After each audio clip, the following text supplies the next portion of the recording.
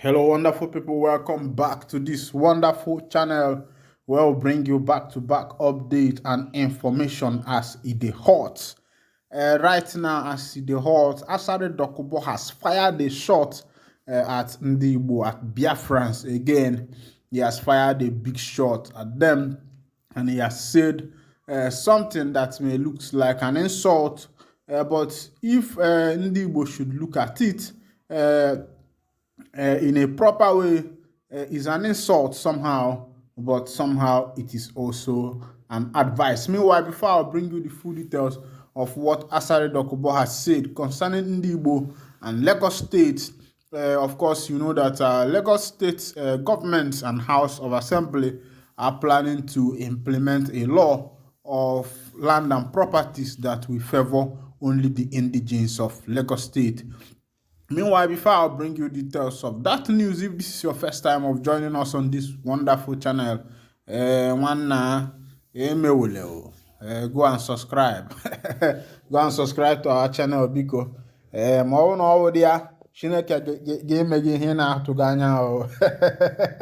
let's go down to the news proper.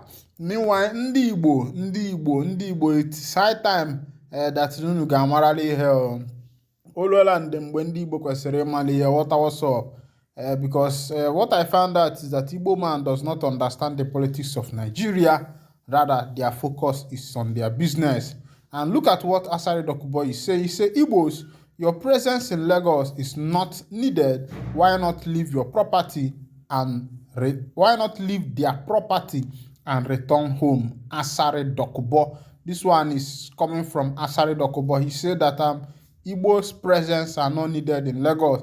He said, why not leave the Lagos state property and return to their homeland?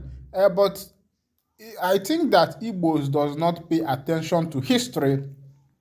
Even before the 1967 to 1970 coalition that suffered a lot of Igbos, there had been a lot of crises in the northern part of Nigeria, places like Kaduna, Kaduna, Katsina, Kanu, and the rest of those places, Niger, Mina, where most of Ndigbo resides. And even upon that, Ndigbo are still there today. They did not pay attention to all those lynchings that took place that time. They swept it under the carpet and continued with their life.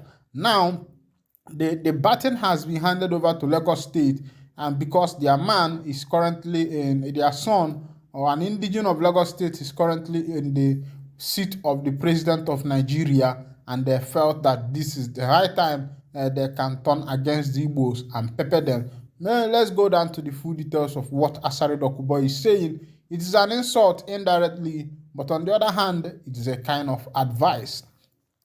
Former Niger Delta insurgent leader Asari Dokubo stated during one of his Facebook live sessions, the citizens of Lagos have clearly indicated that they do not desire your investment, so it will be best for you to go.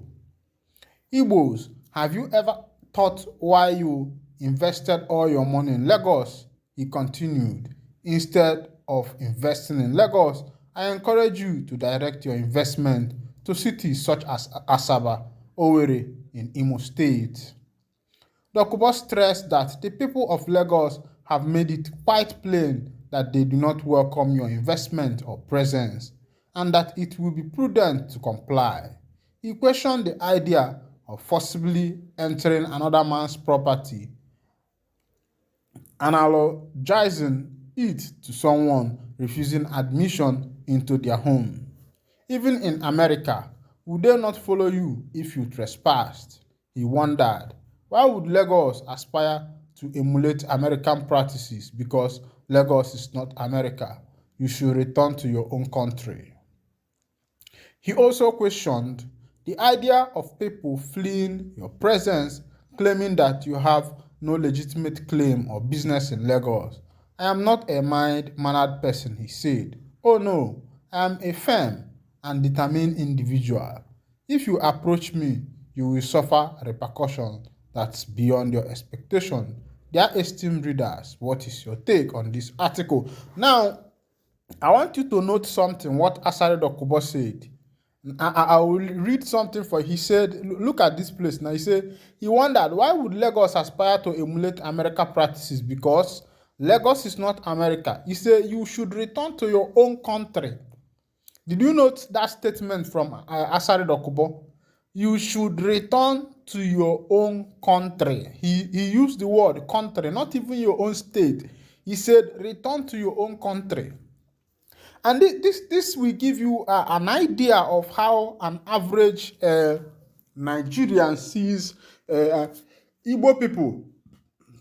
So indirectly, these people believe that Ndigbo are not part of Nigeria. And they don't want to say it out. They believe indirectly that Ndigbos are not a part of Nigeria. And they don't want to talk about it directly. Look at what Asari Dokubo is saying in that statement. He said, Ndigbo, go back to your own country. I don't know if Ndigbo are getting sense this time.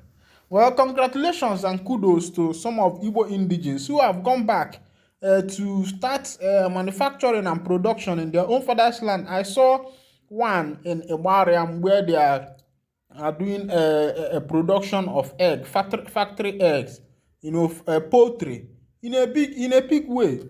This is to show that some of these things can be sited in Igbo land and they will grow prosperously. So now, these people are chasing Ndigbo, asking them to move out of their place.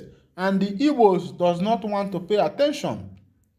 What Asari Dokubo said here, somehow, somebody might look at it as an insult. Somebody might say, what is going to happen when Ndigbo should know that everybody is against them in Nigeria as far as Nigeria is concerned. Now, my question is, if these people don't want Ndigbo, the Niger Deltas, there are some places in Niger Delta where an Igbo man cannot buy land. Yes, there are some places there that they can never sell their land to an Igbo man. Or I don't know what is their problem there. Ndigbo themselves does not want to realize the position in which other Nigerians have placed them. They believe that Ndigbo are nothing. Some of them believe these things. Now look at what is going on in Lagos State. The law that they are trying to, the new law that they are trying to implement does not affect every other non-indigenous of Lagos State, but Ndigbo in particular.